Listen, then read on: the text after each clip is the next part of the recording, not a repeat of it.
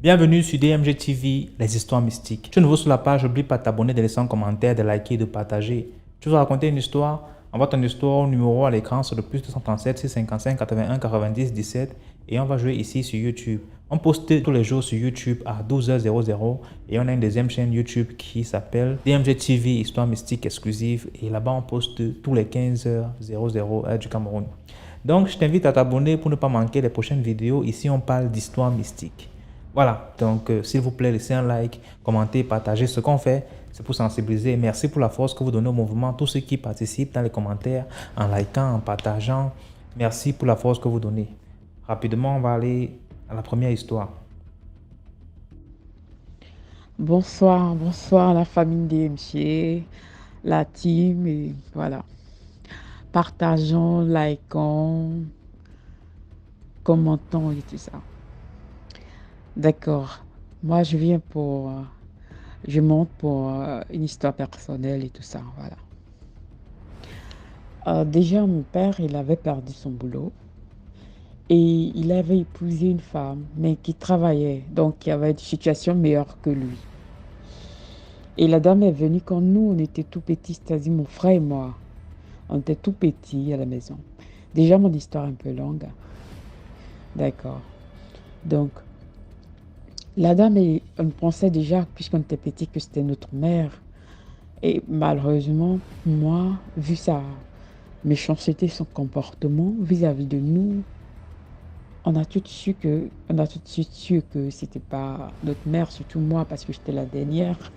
Mon frère était, voilà, l'aîné.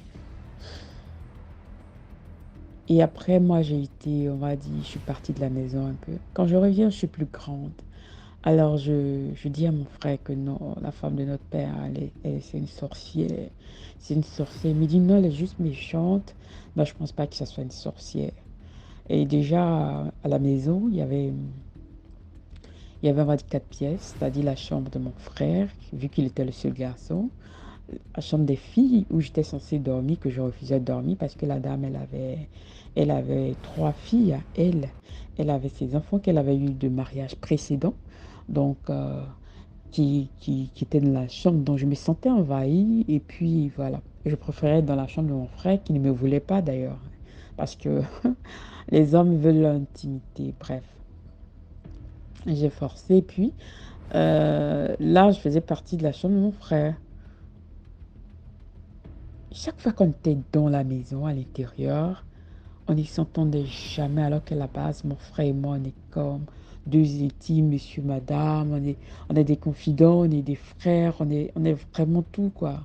Mais quand on se retrouvait dans cette maison à l'intérieur de chez nous, non, mais c'était la bagarre, on s'entendait jamais, on ne se comprenait pas. Mais dès l'instant qu'on se retrouvait dehors, immédiatement, c'était l'amour parfait entre lui et moi, l'entente. On échangeait de tout et de rien. Et quand je lui disais que la femme de notre père est une grande sorcière, il me disait non, arrête, la dame elle est bien, même si elle est souvent méchante, peut-être qu'elle a ses raisons, mais il ne l'accuse pas. Effectivement, il n'avait pas tort parce que je lui disais, pas ressenti, mais j'avais pas de preuve non plus. Donc, quand il parlait, il me dit, tu as une preuve de ce que tu dis? Je dis non, mais je le ressens fortement, je ne suis pas à l'aise avec elle, j'arrive pas à manger sa nourriture. Mon esprit n'était pas bien dans la maison, en fait. Mais après des années, quand papa a commencé à travailler, quand je suis revenue, papa travaillait déjà, en fait. Donc, il y avait plus d'aisance dans la maison. Ok. Donc, moi, je partais à l'église, je priais énormément. Et je disais au Seigneur, révèle à mon grand frère qui est cette femme. Révèle, Seigneur, à mon frère qui est cette femme. Parce que quand je lui parle, il ne me comprend pas, il ne me croit pas. Et je ne veux pas être seule à lutter contre quelque chose dans cette maison. Si on est deux, qu'on unit nos forces, elle sera grande. Donc chaque fois, moi, chaque soir, je priais pour tout le monde à la maison, mais surtout que mon frère ait la révélation. Au-delà, la femme, elle était méchante, mais ses filles étaient encore plus méchantes. Parce que le moment leur donnait assez d'argent. Même quand elle mangeait la nourriture, elle pouvait toucher Puis elle a tiqué avec le poisson. Elle pouvait toucher juste un peu. Puis elle laissait le poisson au soleil. Souvent, elle mettait de l'eau dans la nourriture pour ne même pas que mon frère ni moi on s'hasarde à bouffer peut-être la nourriture. Non, non, elle était très méchante en fait. Non, il n'y avait rien à dire. Bref. Donc un soir, moi, je suis couchée dans la chambre de mon frère. Et puis, mon frère se réveille d'un coup. Il me dit de sortir de la chambre. Il était 2h40. Je dis, je sors pourquoi? Il me dit, mais tu sens mauvais? Tu as des odeurs? J'ai dit, moi, des odeurs. On a dormi depuis 21h à 2h, tu te réveilles comme un somnambule, mais couché sur son lit. Il me dit, je veux que tu sortes de ma chambre, tu me connais, je vais faire un scandale. La nuit, je vais réveiller les parents si tu ne sors pas avec ton odeur. Ah, moi, je suis surprise. Mais là, je sors. Je sors de la chambre et je ne peux pas aller taper la chambre des filles. Non, même pas. Et mon lit déjà était occupé par des bagages. Donc, tu fais quoi? Je vais me coucher au salon, mais sans allumer la lumière.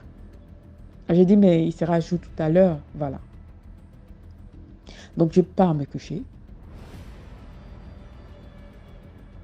jusqu'à 3h.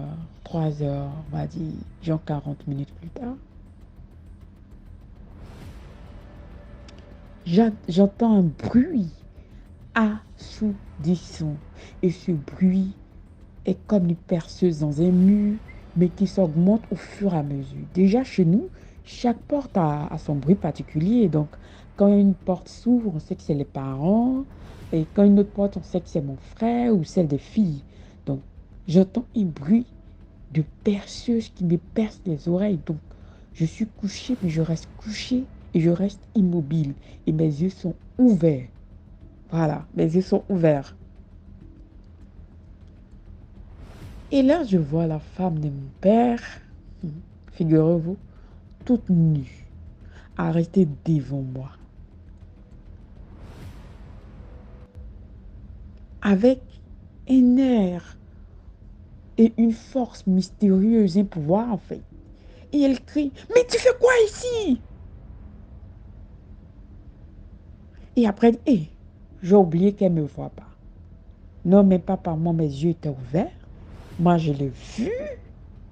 Et la dame, elle se retourne dans la chambre sans qu'il y ait aucun bruit, comme elle est venue. Non, mais des chats, oh là là. De toute façon, moi, j'ai couru pour aller dans la chambre de mon frère. Il a dit, ce soir-là, le gars, il va me tuer. Quand je rentre là, il dort. Il dort comme un bébé. Il dort comme un gros bébé. Je me rendors, je prie. Bref, je n'explique rien à personne. Une semaine après, mon frère fait un rêve à son tour.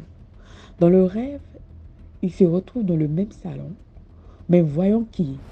La dame et mon oncle, c'est-à-dire le petit frère, mon père, qui venait à chaque reprise à la maison, chaque fois que mon frère avait un examen et qui sortait avec une migraine. Et moi, après, ben, c'est une autre histoire. Moi, je n'arrivais plus à lire le tableau à l'école et c'était comme ça. Et lui, dans son rêve, il voit ma belle-mère, il voit ma belle-mère avec mon oncle en question en train de discuter au salon. Dans le même salon où j'étais couchée. Donc, il essaye de mettre, de regarder. Et il revient me dit dans le rêve, hein, c'est dans son rêve, que, attends, petite soeur, accompagne-moi dans la cuisine, là, je laissé la nourriture. Moi, je l'accompagne quand on arrive devant la cuisine, tout est noir. Je lui dis, moi, je ne rentre pas dans la cuisine, que c'est trop noir. Donc, quand il met son pied dans la cuisine, déjà, j'ai sauté une partie, désolée. Quand il est parti au salon, qu'il a vu ma belle-mère causer avec mon oncle en question, il dit il a vu la dame se transformer en un monstre odieux, horrible, qui lui a coupé le souffle et il a couru vers moi. Il voulait que je l'accompagne dans la cuisine, j'ai refusé. Quand il a mis le pied dans la cuisine, quelqu'un est en train de l'étouffer là sur le lit. Et le pauvre, au lieu de crier Jésus, c'est mon oncle qui criait. Mais comme moi, j'étais toujours en éveil, je ne dormais pas. Je me lève, j'allume la lumière, puis je dis au nom de Jésus. Bref, le mec, il ne veut pas m'expliquer l'histoire, donc il garde. Une semaine après, il fait un autre rêve où la dame nous envoie à manger, mais la nourriture était infectée d'asticots. Vous comprenez? La nourriture était infectée d'asticots dans le rêve. Donc, quand mon frère il se réveille, lui au moins on a des songes très prémonitoires, mais il se lève et il me dit, mais j'ai fait un rêve là, où la maman venait nous envoyer la nourriture, mais il y avait des asticots là-dedans. Je dis, ah bon? C'était un vendredi soir. Donc, genre samedi matin, pendant qu'on est en train de parler de ça, quelqu'un toque à notre porte. Et devinez quand on ouvre la porte, c'est qui? La femme de notre père qui nous envoie des bananes avec des asticots à l'intérieur. Enfin, qui étaient pourris si vous voulez. Donc, j'ai dit merci maman, j'ai pris. Et mon frère et moi, on a commencé à se regarder. Quand on a commencé à se regarder, on n'a pas parlé. On a déposé ça et personne n'a mangé. Bon, je vous dis qu'après ça, mon grand frère a dû me dire la vérité, si c'est songe, c'est rêve et tout ça, d'accord. Moi, j'ai commencé à me mettre en prière. J'ai dit, Seigneur, tu nous as créés, tu as créé mon père, c'est pour connaître le bonheur. Mais si cette femme, c'est toi qui l'as mis sur son chemin, si c'est toi qui as voulu que les deux se croisent, si c'est toi qui as voulu vraiment qu'il y ait l'harmonie dans notre foyer ici, qu'il y ait la paix, la joie. Mais si ce n'est pas toi qui as permis, si ce n'est pas toi qui as permis cette rencontre, ce mariage, je donne 3 jours que ce mariage n'existe plus. Que palabre qu'il n'y a jamais eu dans cette maison qu'il y ait. Mais on s'est levé, mon frère, il m'a dans la prière pour parler d'union. Mais je vous assure qu'en une semaine, mon père a frappé, battu la dame jusqu'à j'ai eu mal quand je l'ai vu. Mais mon père n'est pas comme ça, non, jamais. Et quand il a battu, il a pris ses bagages, il a quitté la maison définitivement. Et c'est après ça qu'ils se sont séparés à jamais. Bref, pour vous dire quoi? Déjà, vous les hommes, même si vous n'avez pas d'argent, que vous mariez la plus riche du village, de la ville, du pays, quand vos enfants vous parlent, faites attention en fait. D'accord, faites attention.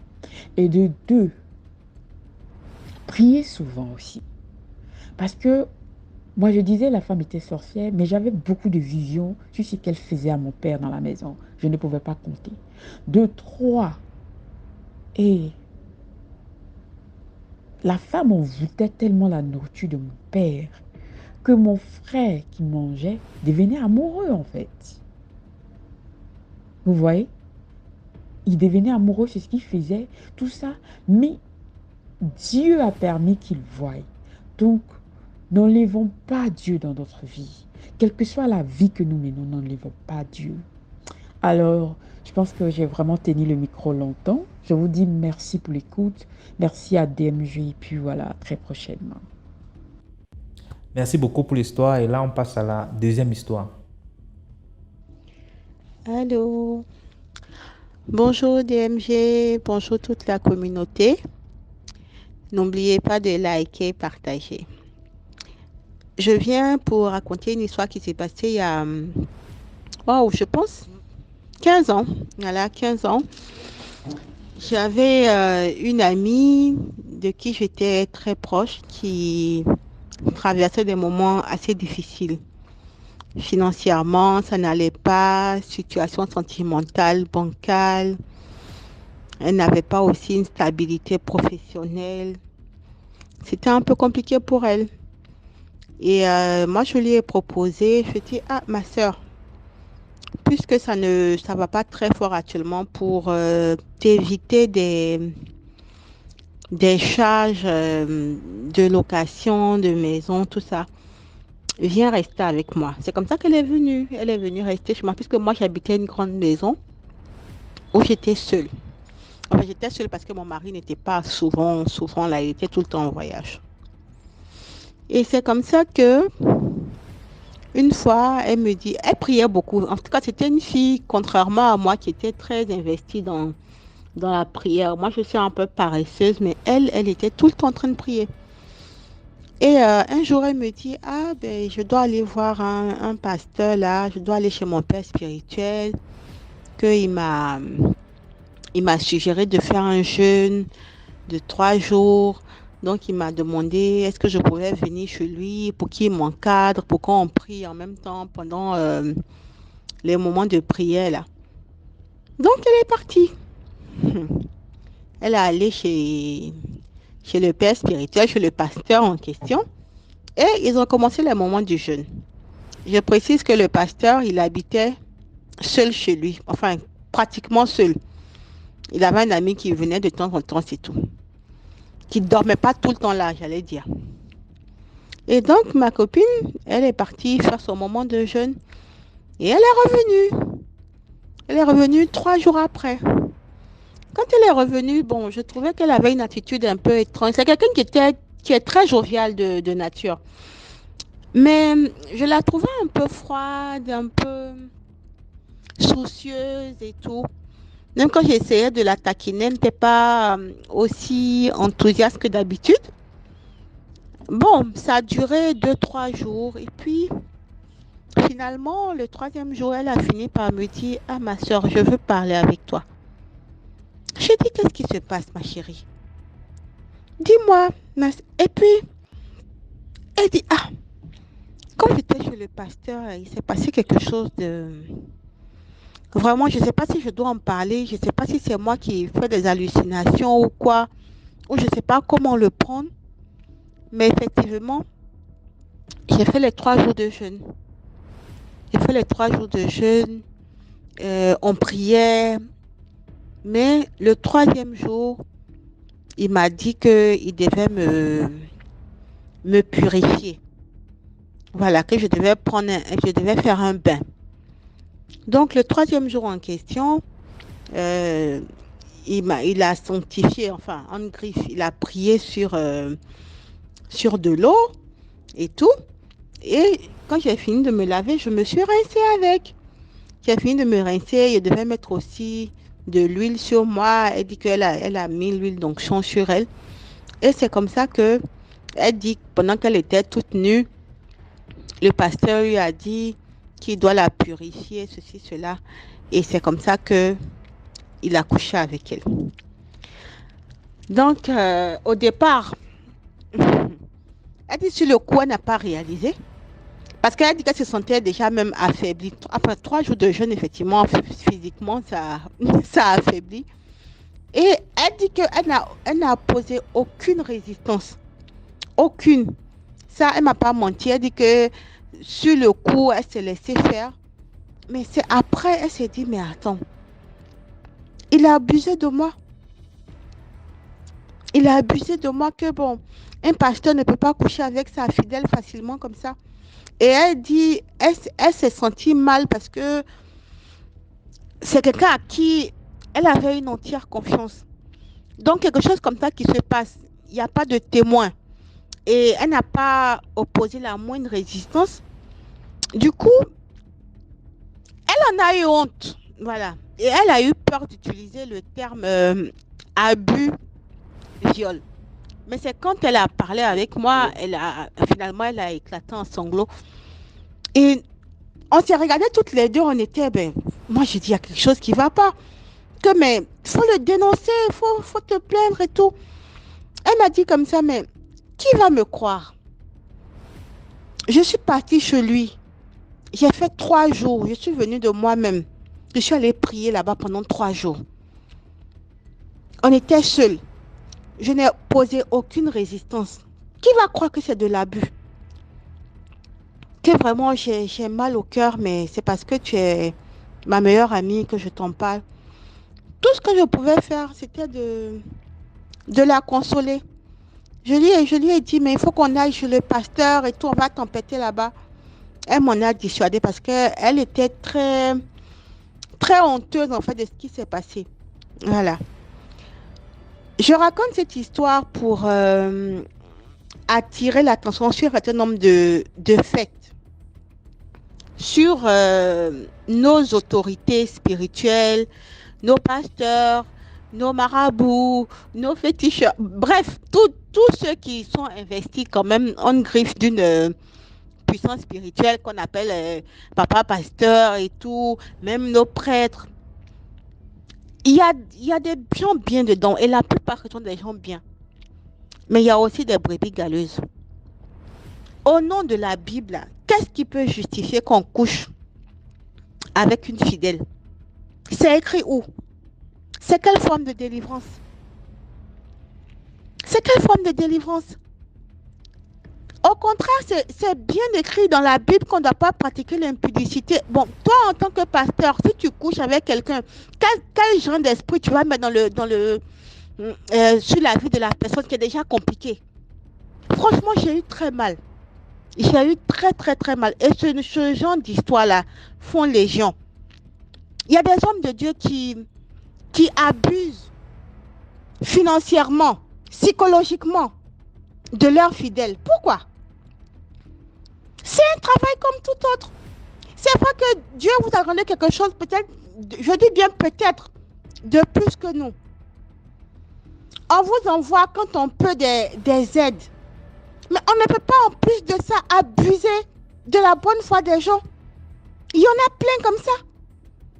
Il y en a plein comme ça et c'est révoltant. C'est révoltant. Je ne dis pas que tout le monde est pareil, mais c'est révoltant.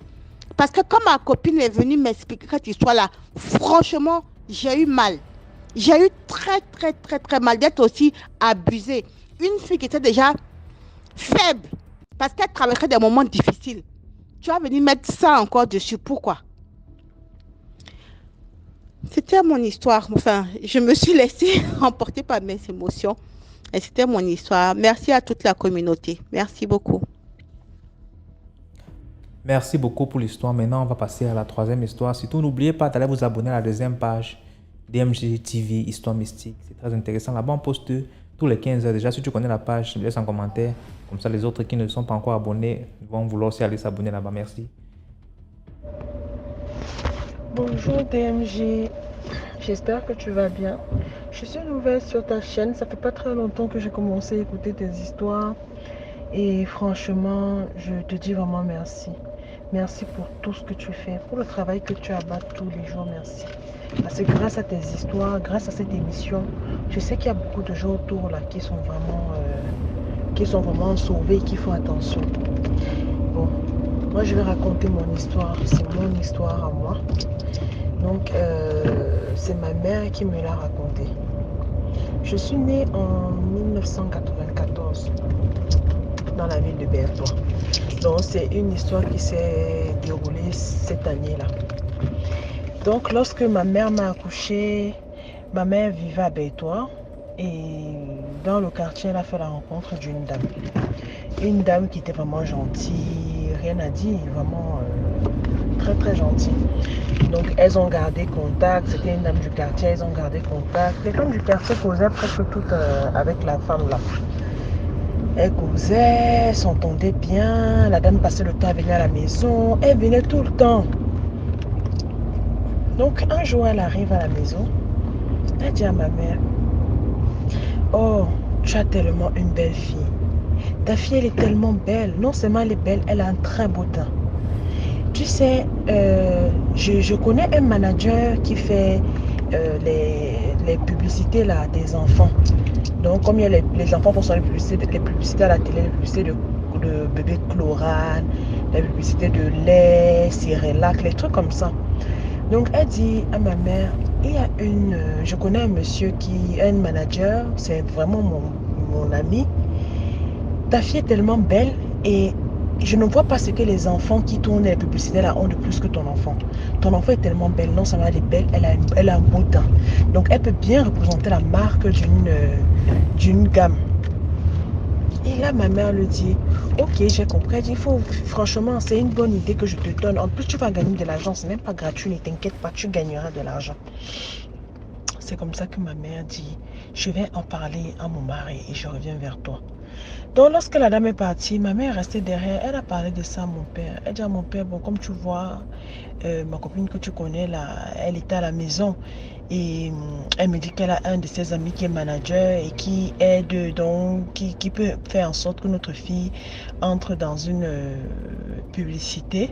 Donc, que notre fille fasse des publicités de crème ou de lait, et tout comme ça. Mon père, je tiens à rappeler que mon père, c'est un Caribien. Donc, du coup, quand il entend ça, il reste tranquille, il ne parle pas. Après, il dit à ma mère, sincèrement, je ne vais pas te mentir, je ne suis pas du tout intéressée par tout ce qui est télé, ça ne m'intéresse pas. Bon, et ma mère même d'ailleurs, elle aussi, tout ça, ça ne l'intéresse pas. Mais comme on avait dit que bon, je pourrais avoir un peu d'argent, elle s'est dit que bon, voilà.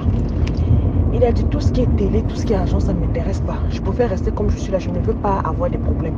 Parce que les histoires comme ça là, ça sera plus que elle fera seulement la publicité. Après, ça sera que il faut donner, il faut sacrifier, il faut. Mon père dit, je ne suis pas dedans.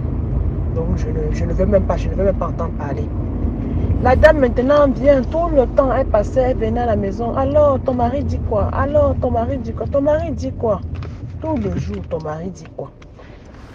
C'est comme ça qu'un jour, une maman du quartier aussi, qui connaissait la dame, atterrit à la maison, elle vient voir ma mère. Elle dit à ma mère que, hey, tu es au courant? Elle dit, au courant de quoi? Elle dit que, bon, la dame en question qui avait demandé que je parte faire la publicité, on va lui donner le nom de Flavie. Elle dit, tu es au courant que Flavie est décédée? Elle dit, comment ça? Elle dit, oui, elle est décédée et son corps est à la morgue, là, ça fait quelques jours, et on est en train de chercher sa famille. Ma mère qui dit que mais son corps est à la morgue, je ne comprends pas. Elle était ici justement il y a quelques jours là. Elle m'a parlé d'une histoire que je pouvais inscrire mon enfant pour faire les publicités de gamme là, Chlorane, des choses comme ça. La dame dit que, en tout cas, sache qu'elle est décédée. C'est comme ça que la dame dit à ma mère que bon. Et là, on cherche sa famille. Je venais même comme ça te voir pour savoir si tu connaissais un membre de sa famille, comme je sais qu'elle était aussi proche de toi. Ma mère dit que non, je ne connais même pas un membre de la famille de Flavie. C'est comme ça qu'elle qui partent tous ensemble pour vraiment voir si c'est vraiment la dame qui est décédée. Effectivement, c'est la dame qui était décédée, elle était à l'hôpital, son corps était encore à la morgue. Et après un moment, les gens de l'hôpital, ils disent que bon, si vous ne venez pas récupérer, si la famille, on ne retrouve pas la famille, nous-mêmes on va s'en charger du corps. Essayez de retrouver la famille, parce que si la famille ne vient pas, on va se charger du corps. C'est comme ça qu'avec les femmes du quartier, avec ma mère, tous, ils ont réfléchi, mais comment on va faire pour la dame? Si on ne peut pas quand même la laisser comme ça, elle était gentille. Elle était vraiment très gentille, cette dame. C'est comme ça qu'il fouille dans les affaires de la dame. Ils se mettent à fouiller, ils fouillent dans ses affaires. En fouillant dans ses affaires, ils retrouvent je suppose les adresses ou une carte ou des photos, les trucs comme ça. Un numéro, si je ne me trompe pas, si j'ai bonne mémoire. Et c'est comme ça qu'ils se mettent à la recherche de la famille de la fille. Ils contactent la fille. La famille de la fille, pardon. Oui, on est là pour chercher la famille telle. On dit oui, la famille telle est là. Ils habitent à tel endroit. Et sa famille vivait, je tiens à dire, sa famille vivait à Kribi. Donc sa famille, la fille venait de Kribi. Sa famille vivait à Kribi. Elle dit bon, je viens, on vient ici, on cherche la famille. On les indique la route, tout, ils partent vraiment dans la famille de Flavie en question. Arrivé là-bas, ils tombent sur la maman. Oui, bonjour maman, on vient vers vous parce que on vient vous annoncer une nouvelle vraiment triste, votre fille est décédée, tout ça là. Maman dit que mais quelle fille est décédée? Moi j'ai tous mes enfants ici. J'ai ma fille telle, j'ai mon fils tel, j'ai tel. Elle commence à citer. Elle dit mais vous parlez de quelle fille? Les gens disent que mais on vous parle de votre fille qui s'appelle Flavie. Elle dit quoi? Flavie? Attendez, j'appelle mon mari. Elle entre à l'intérieur, elle appelle son mari. Elle dit que, pardon, répétez encore ce que vous avez dit. Oui, on vient parce que Flavie est décédée. Son père dit que je ne veux pas la sorcellerie. Sortez, pardon. Parce que nous, notre Flavie que nous on connaît, on l'a déjà enterrée. Donc si vous avez une autre Flavie là-bas, allez-y l'enterrer. Nous on sait qu'on a enterré, on a pleurer et enterrer notre fille Flavie à nous. Maintenant, si vous avez retrouvé, si maintenant il y a notre Flavie là-bas, qui est censée être notre fille, enterrée là-bas, on ne l'avait pas, parce que ce n'est pas notre fille. C'est comme ça que les gens disent que non, c'est regarder la photo, on a regardé comme ça, ils montrent la photo effectivement de Flavie, c'est la famille du lui, c'est bien notre fille. Mais nous, on l'a enterrée, voilà sa tombe, c'est comme ça qu'ils partent derrière la maison. Ils montrent la tombe de Flavie en question. Donc, lorsqu'ils montrent la tombe de Flavie comme ça, le papa ou le frère, non, je crois que c'est le frère qui dit que, encore les mêmes histoires. On est fatigué de ça. On ne sait pas ce qui se passe. Tantôt elle apparaît ici, tantôt elle apparaît là-bas, tantôt elle apparaît. On est fatigué. Donc, c'est comme si plusieurs personnes sont déjà venues comme ça. Plusieurs fois dire, oh, elle est morte ici, oh, elle est morte là-bas, oh, elle est morte comme ça. Donc, c'était pas la première fois apparemment. C'est comme ça qu'ils sont rentrés. Et quand ils sont rentrés, ils ont donné comment dire, la nouvelle à l'hôpital qu'on peut l'enterrer comme ça parce qu'apparemment la femme était décédée depuis. Sa famille ne voulait pas récupérer le corps. Je ne sais pas ce qu'ils ont fait du corps. Donc bref, l'histoire est passée et quelques temps après, c'est comme ça que ma mère dit à mon père que heureusement que tu étais là. Parce que si tu n'étais pas là, je ne sais pas comment. C'est qu'aujourd'hui, je n'ai pas mon enfant. Elle venait comme ça chercher quelqu'un. Elle venait comme ça sûrement prendre quelqu'un pour ramener dans son monde spirituel. Donc quelques temps après, comme ça, un jour, ma mère était dans les transports, dans les cars. Je crois que c'est le car qui faisait Bétois. Je ne sais pas, elle était dans le car. Arrivée à un certain niveau, comme au pays on s'arrête souvent, on peut pisser, on peut manger, on peut acheter des trucs. Arrivée à un certain niveau, il s'arrête et là devant elle, elle voit qui? Elle voit la dame là. Quand elle a vu la dame là, donc la dame là était partie réapparaître encore dans une autre ville, toujours au Cameroun. Parce qu'on dit que la femme avait déjà fait Yaoundé. Elle avait fait Kribi, même où elle est décédée. Pardon, elle était décédée à Douala, elle avait fait Yaoundé. Elle avait fait Kribi. Elle a fait Bétois. Maintenant, là, elle était dans une autre ville encore. C'est comme ça que ma mère a pris. Elle a couru. Et quand elle a couru comme ça, elle est partie à Bétois. Une fois arrivée à Bétois, elle a raconté l'histoire. Elle a dit que oui, j'ai revu la dame. Donc, bon, moi, le conseil que je peux donner à tout un chacun, que ce soit les hommes, les femmes, les enfants, peu importe, c'est que lorsque tu as ton enfant, ne t'amuse pas avec ton enfant, ne prends pas ton enfant, tu remarques les mains de tout un chacun, tu te dis que non, c'est mon frère, non, c'est un ami qui fait très attention avec les enfants. Il faut que les enfants ont une grâce en eux, que les gens des sectes, dans les sorciers là, savent que s'ils récupèrent un bébé, un enfant qui est innocent, donc c'est tellement une grâce pour eux, c'est tellement une chance pour eux que ne vous amusez pas avec vos enfants. Même si l'enfant est comment, même si l'enfant est malade, un de vous va dire que non, je vais récupérer l'enfant pour aller faire soigner, ou bien je récupère votre enfant parce que vous n'avez pas les moyens pour vous en occuper, je vais m'occuper de l'enfant, ne laissez pas votre enfant, galérez avec votre enfant. Parce que les gens ici dehors, le dehors est grave. En tout cas, c'était ma petite histoire. Je dis bonsoir, bonne soirée ou bonne journée à ceux qui travaillent. Et merci beaucoup DMG. Maintenant, on passe à la 4e histoire.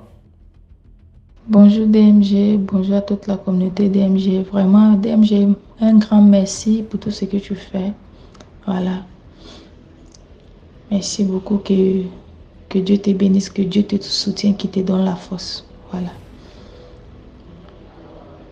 Moi, j'ai une petite histoire de ma tante. Voilà.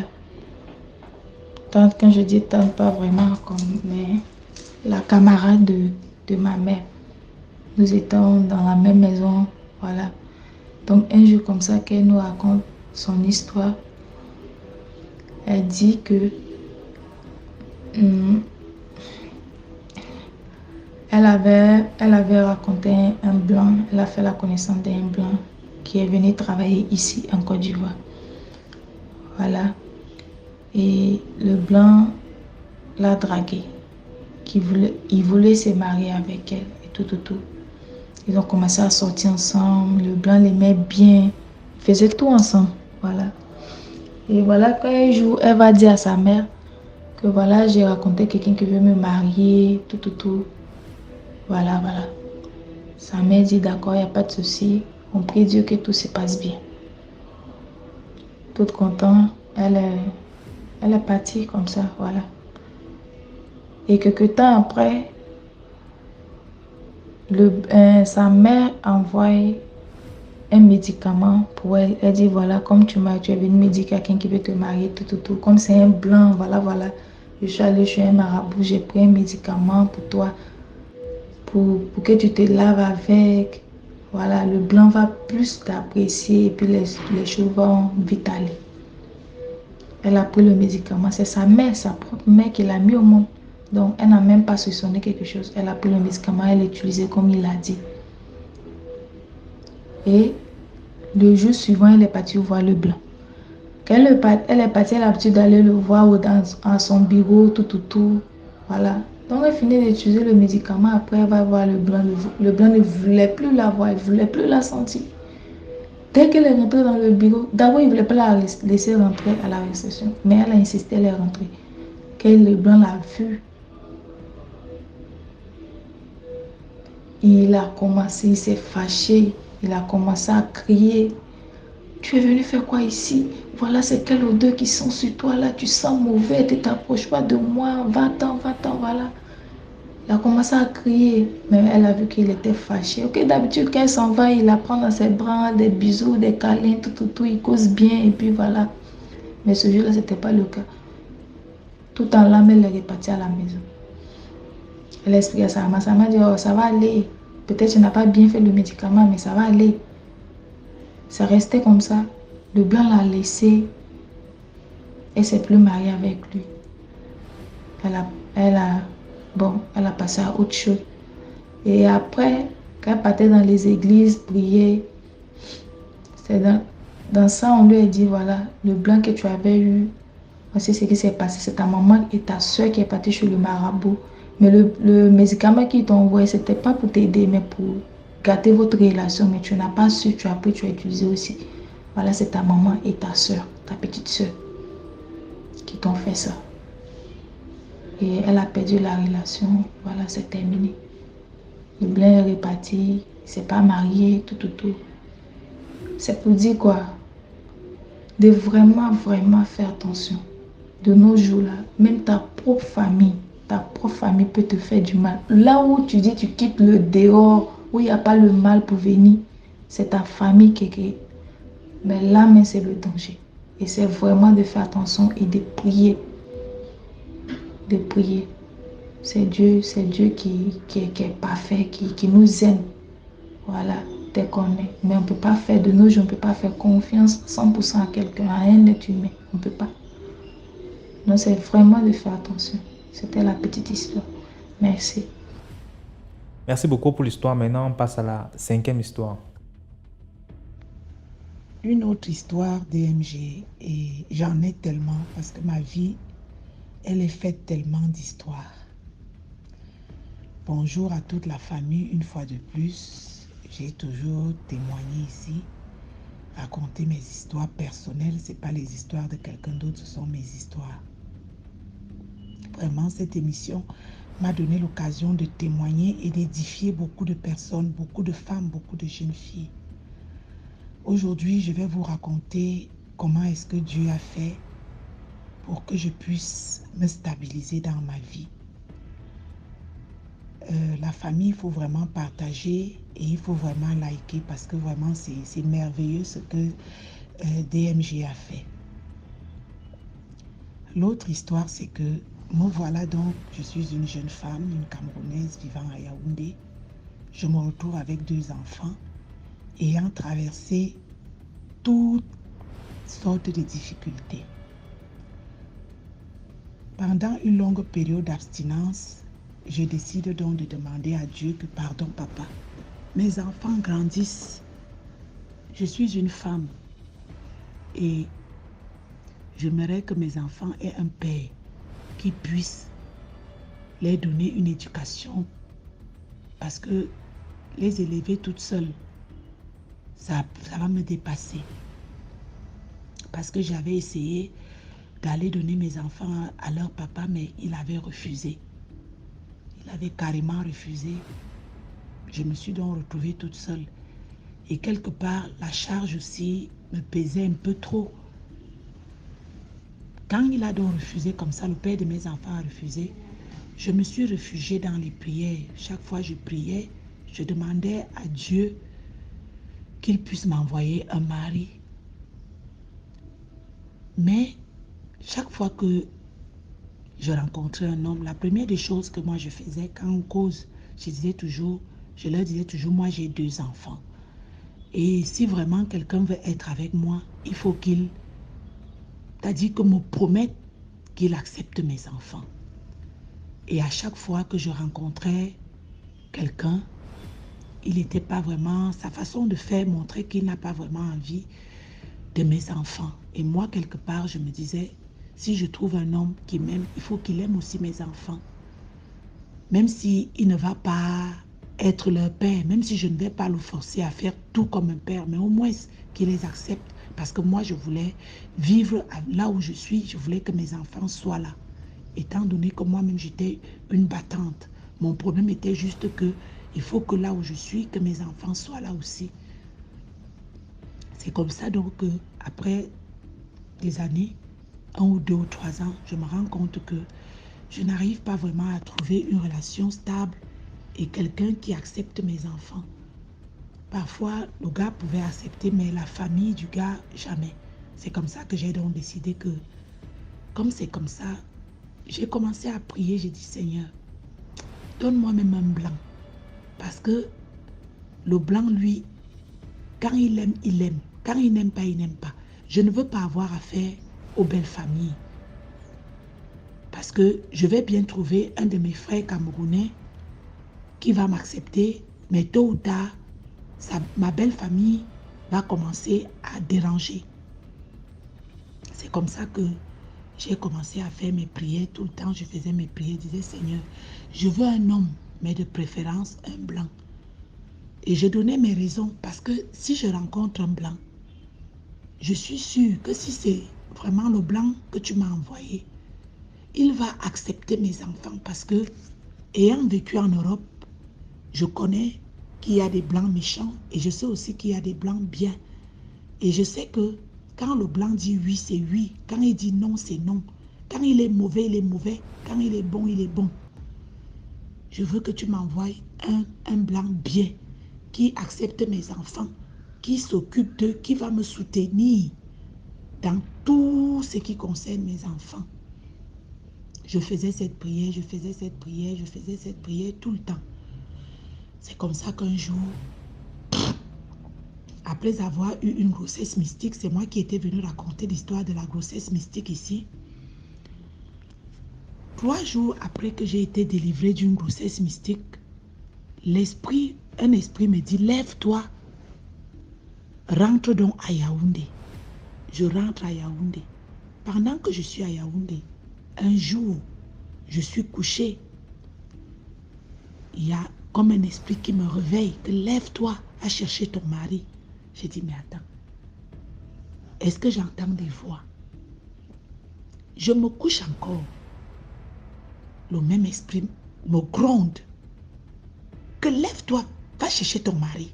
J'ai dit, mais je vais aller le chercher où? Je me rendors encore. Quand je me rendors, à minuit 00, l'esprit me réveille encore. DMG. Je m'excuse, j'ai un peu la grippe là. Je me suis levée, je me suis mise à genoux. J'ai prié, j'ai dit, Seigneur, si c'est toi qui me demandes de me lever, d'aller chercher mon mari, à l'heure-ci, dis-moi alors là où je dois aller chercher mon mari. Moi, je ne comprends pas. Montre-moi là où je dois aller, je ne comprends pas. Je te prie souvent, mais c'est dans la nuit que j'entends cette voix forte qui me gronde et tout.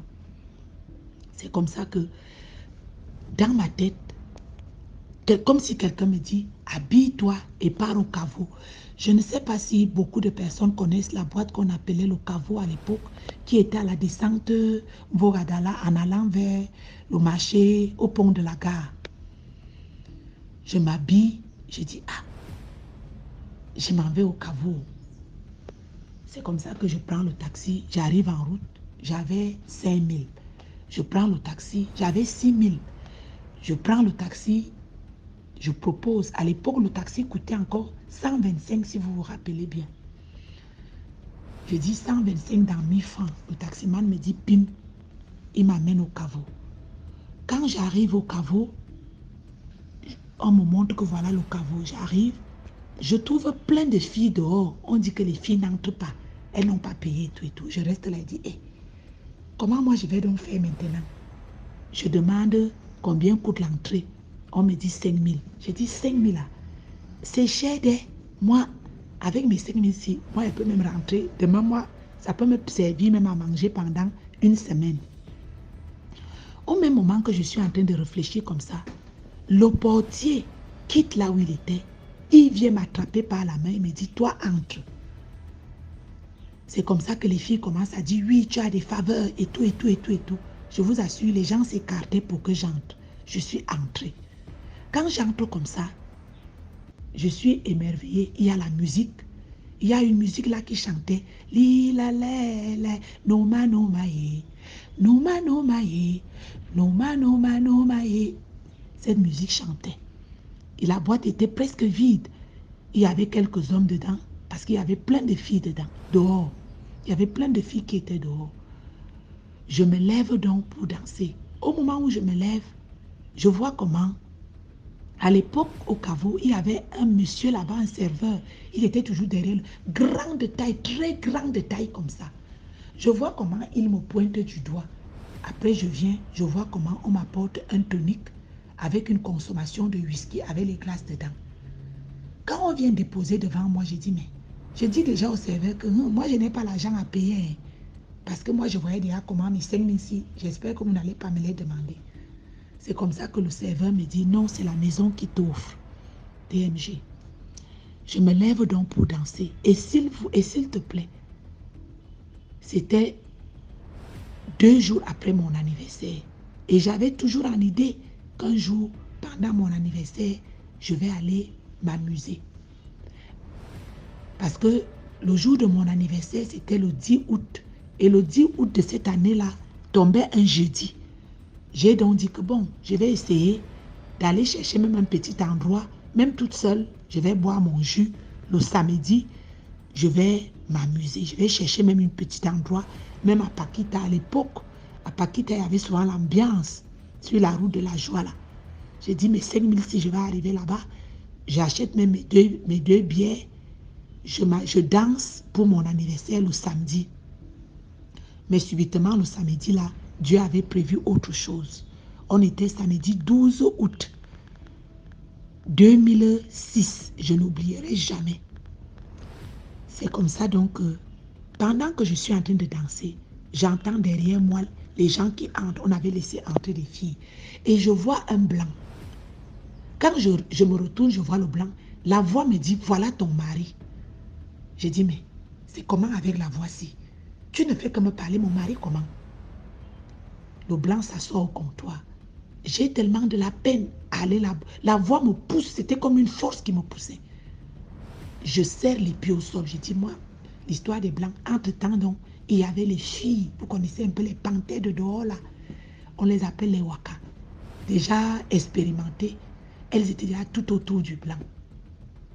C'est comme ça que je me lève. Je me lève comme poussé par je ne sais pas quoi. Je m'en vais me retrouver assise à côté du blanc. Et quand je me suis assise à côté du blanc, il a écarté toutes les filles. Mais je tiens à souligner que le blanc en question, j'étais en fou. J'ai eu toujours le même esprit qui m'avait présenté un blanc au lycée d'un fou. Et l'esprit m'avait dit, c'est ton mari. Quand l'esprit m'a dit, j'avais fui, je suis rentrée à Yaoundé. J'ai dit, mais ça c'est même quoi ça, qu'il y a quelque chose qui ne fait que me parler tout le temps. Donc j'ai fui. Ma mère même était dépassée parce que je venais de traverser l'étape de la grossesse mystique. Elle s'attendait à ce que je me rétablisse. J'ai dit, non maman, je ne peux plus rester ici en fou. sans lui dire la raison. Moi, je suis rentrée à Yaoundé. Ce soir donc, pendant que je pars rencontrer le blanc, je m'en vais m'asseoir à côté du blanc. Je vous assure, DMG, c'était comme si je connaissais le blanc là depuis. En fait, sa façon de se comporter avec moi était comme si on se connaissait depuis. Tout de suite, il m'a offert à boire et tout et tout.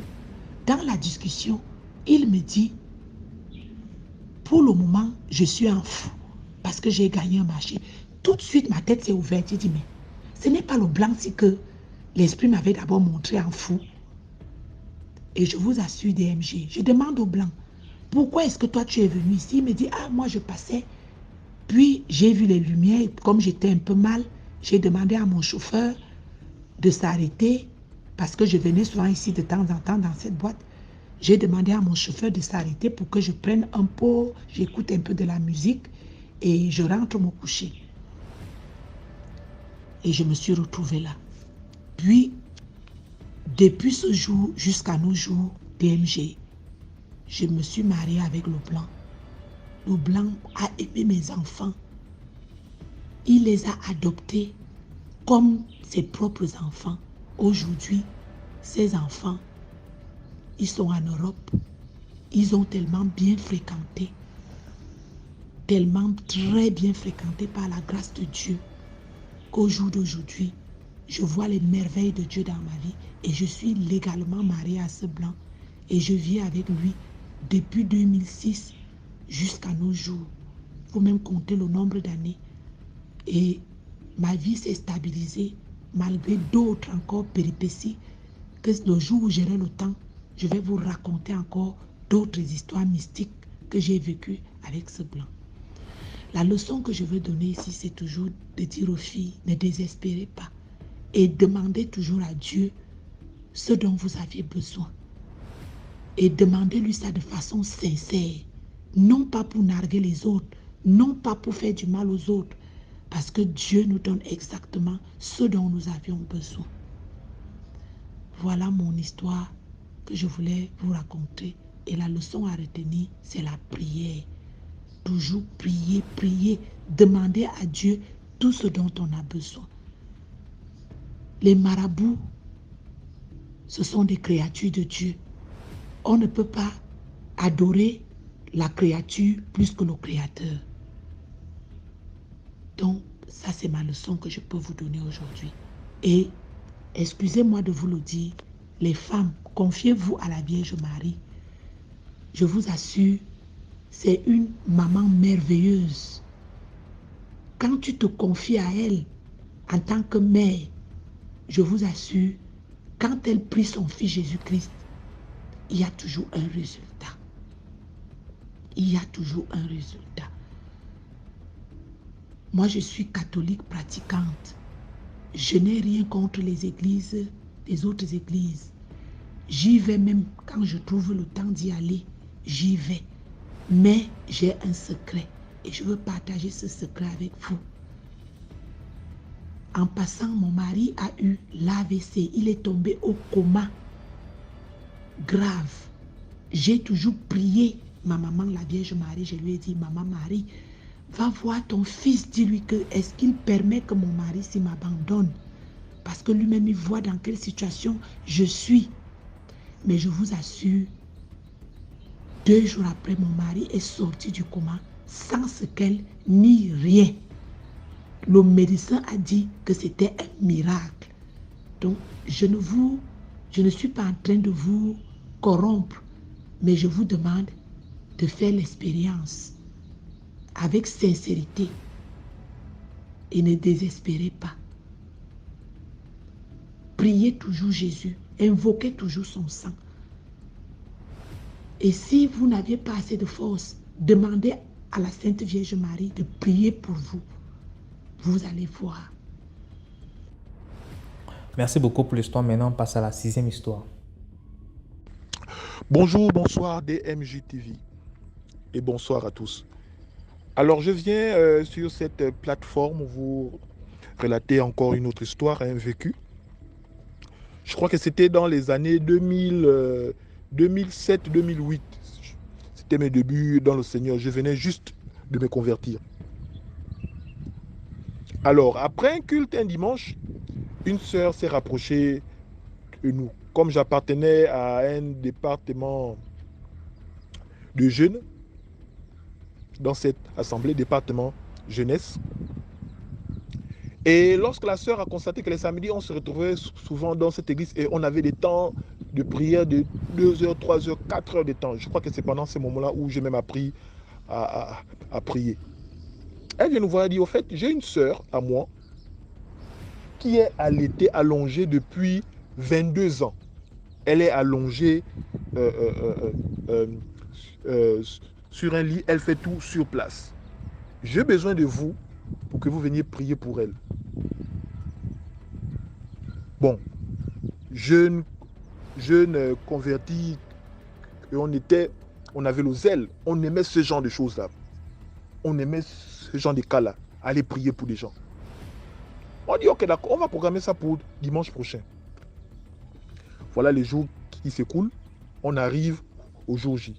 Donc après le culte, je crois dans les environs des 14h, 15h, on a rassemblé 5 frères dans le département de jeunes, mais avec l'accord de notre pasteur. Nous sommes allés. On prend le taxi. On arrive au lieu en question, on trouve des mamans assises dehors, en pagne. Mais la personne n'est pas encore décédée. Au fait, elle n'est pas décédée. Elle nous amène, elle nous présente d'abord aux membres de la famille, voilà, ça ce sont mes tantes, voilà, et tout. Ça ce sont mes frères en Christ. Ils sont venus pour prier pour l'enfant. Excusez-moi, je suis un peu bègue. On arrive. Elle nous ouvre la porte de la chambre où se trouvait sa sœur. Je vous assure, l'odeur qui se dégageait de cette chambre-là, une odeur de mort, en fait. Voilà. Une odeur de quelqu'un qui est déjà mort. On entre dans la chambre. La chambre était sombre. Et puis, il y avait un frère entre nous, le plus ailé, il dit, ouvrez la fenêtre. Oh, elle n'aime pas la lumière, il dit, ouvrez la fenêtre. La fille, la sœur de celle qui était allaitée, a ouvert la fenêtre pour aérer un peu la pièce. Comme elle ne pouvait pas bien nous expliquer, donc la sœur maintenant nous relate l'histoire. Elle dit non, au fait, après qu'elle ait eu son bac, elle et sa condisciple de classe avec qui ils avaient eu le bac ensemble, elles ont obtenu une bourse pour aller étudier en étranger. Et l'endroit en question, c'était l'Italie. Et sa copine lui dit, ah, au fait, moi j'ai une maman à moi, c'est une tante, elle fait des bains, elle fait des trucs pour que lorsqu'on aille en Italie, la chance à nous sourire. C'est-à-dire que disons, on va croiser des hommes sérieux qui vont nous marier, on va s'installer là-bas. Est-ce que toi tu veux aller en étranger pour revenir après pour chômer? Elle dit non, en fait, moi-même, l'affaire de revenir encore au bled et tout, on va encore chômer pour avoir du boulot et tout. C'est mieux que lorsqu'on aille là-bas, on s'installe une bonne fois. La dame les a fait des pratiques, elle les a fait des choses, elle les a fait des choses, elle les a fait des choses, elle les a fait des choses et tout, et tout, et tout, et tout. Elle venait d'abord pour accompagner l'autre. Après, elle s'est mise à faire la même chose. Au fait, elle ne partait pas chez la dame en question pour aller faire des pratiques comme sa copine. Elle partait pour accompagner. Mais pendant qu'elle est arrivée sur place, la dame a commencé à avoir des visions sur elle. Non, je vois un blocage, je vois un célibat chronique, il faut que je te fasse aussi la même chose comme ça, comme ça, comme ça. Je vais vous expliquer après. Après, elle nous a relaté l'histoire. Bon, après, on a demandé, mais à part, depuis qu'elle est dans cet état-là, vous lui avez amené où? On lui a amené à l'hôpital, on n'a rien trouvé, on a fait des examens, on a dépensé de l'argent, raison pour laquelle le médecin dit non, c'est mieux de lui amener à la maison et puis attendez juste qu'elle parte.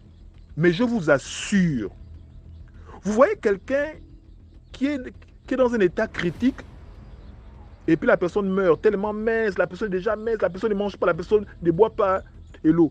Mais la personne survit. Tu sens que on travaille avec l'énergie de la personne.